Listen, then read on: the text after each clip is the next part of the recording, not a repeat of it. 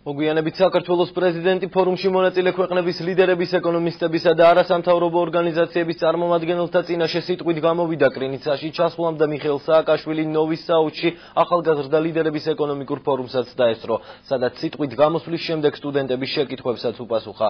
ახალგაზრდები საქართველოში გატარებული რეფორმებითა და ქვეყნის რუსეთთან ურთიერთობით დაინტერესდნენ. მოვედით აქ იმისთვის, რომ ერთად ვიმსჯელოთ ზოგიერთ საკითხზე და გაგიზიაროთ გაკვეთილები საქართველოს თანამედროვე ტრანსფორმაციის პროცესიდან. სურს თქვენამდე მოვიტანო იმედის ნაპერწკალი. მშვიდობიანმა და სახალხო რევოლუციამ ხელისუფლებაში რეფორმატორთა ახალგაზრდა გუნდი მოიყვანა, რომლის წინამძღოლობის პატივიც მემერგო. ვითარება საქართველოში იმდენად კატასტროფული იყო, რომ ჩვენ ყველაფრის შენება თითქმის ნულიდან მოგვიხდა. ნახევრად გადადგმული ნაბიჯები ან ზედმეტად ბრთხილი ზომები სასურველ შედეგს არ იძლევა ან ზღვაში წვეთია. ამიტომ ჩვენ რადიკალური კურსი ვამჯობინეთ, რათა ჩვენი ძველი ქვეყანა თანამედროვე დამოუკიდებელ სახელმწიფოდ გვექცია. ჩვენ გავრისკეთ და დავიწყეთ სწრაფი რადიკალური თანამედროვე რეფორმების განხორციელება. ჩვენ არ შევზღუდეთ თავი ბიუროკრატიული დოგმებითა და გავლენიანი დაინტერესებული ჯგუფების მხრიდან ზეწოლას არ დავემორჩილეთ. ცხადია, ყველაფერში წარმატებას ვერ მივაღწიეთ, ბევრი ხარვეზი და შეცდომა დავუშვით, მაგრამ როგორც ევროპული კოსმოპოლიტიზმის მამა მანუელ კანტი 200 წლის წინ წერდა, თქვენ ვერ მოემზადებით თავისუფლებისთვის, თუ არ ხართ თავისუფალი.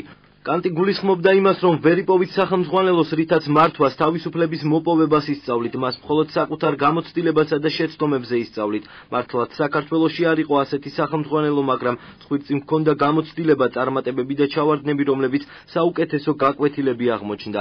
ჩვენ 20 წლის წინ პოლონეთის გამოცდილების შესწავლით დავიწყეთ და თავადაც ვიქეცით სხვისთვის მაგალითად. დღეს რეგიონული პოლიტიკის მესვეურები ან საზოგადოებისთვის მნიშვნელოვანი ცნობილი პირები, მათ შორის რუსებიც ჩამოდიან საქართველოში ახალი იდეების გასაცნობად, რაც მათ ძველი პრობლემების გადაჭრაში ეხმარებათ. როგორც ახლახანს გავლენიანმა გამოცემა ეკონომისტმა პუბლიკაში აღნიშნა, საქართველოში მენტალური რევოლუცია მოხდა. ქართველები აღარ გრძნობენ თავს პოსტსაბჭოური ქვეყნის მენტალიტეტის მარწუხებში. ჩვენთვის ცნობილია, რომ მსოფლიო ბანკის მონაცემებით საქართველო ბიზნესის კეთების სიმარტივით არის ნომერ პირველი ქვეყანა. თქვენ ისაუბრეთ პრობლემებსა და მათი დაძლევის გზებზე, მაგრამ ფიქრობთ თუ არა, რომ ეს საკმარისია და რა გზებით აპირებთ კიდევ უფრო მეტი წარმატების მიღწევას? და მეორე კითხვა რუსეთთან დაკავშირებით მინდა გკითხოთ. რუსეთთან ურთიერთობის კუთხით იჩენთ თუ არა ინიციატივებს?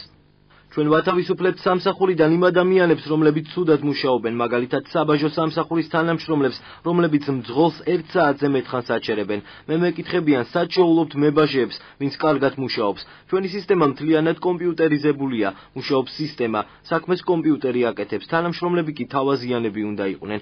ჩვენთან ყველაფერი გამჭვირვალეა და ყველა შეუძლია ნახოს რა ხდება შენობებში.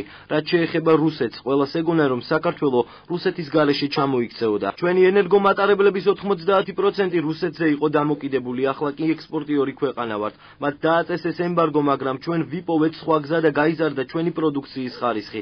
დაიწყო ბაზების დივერსიფიცირება. ხალხი გასცდა საბჭოთა აზროვნებას განათლების სისტემაშიც.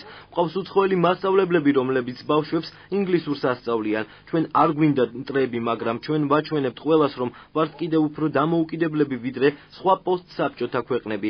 ჩვენ უნდა გავთავისუფლდეთ იმპერიალიზმის ზონიდან და გვექნება კიდევ უფრო მეტი წინსვლა. ჩვენი სურვილი მარტივია, გვინდა საქართველოდან რუსული ტანკების გასვლა და რუსი ტურისტების ჩამოსვლა. რომ ნახოთ აფხაზური სანაპირო, ნახავთ, რომ ამ ნაწილს რუსული ტანკები აკონტროლებენ. მეორე სანაპიროზე კი ტურისტები არიან, მოდის აღმშენებლობა, ხოლო რუს იმპერიალისტებს სანაპიროზე დაცვა უყენიათ. თუ ეს ისევ ასე გაგრძელდა, ეს რუსული სისტემა აუცილებლად ჩამოიშლება.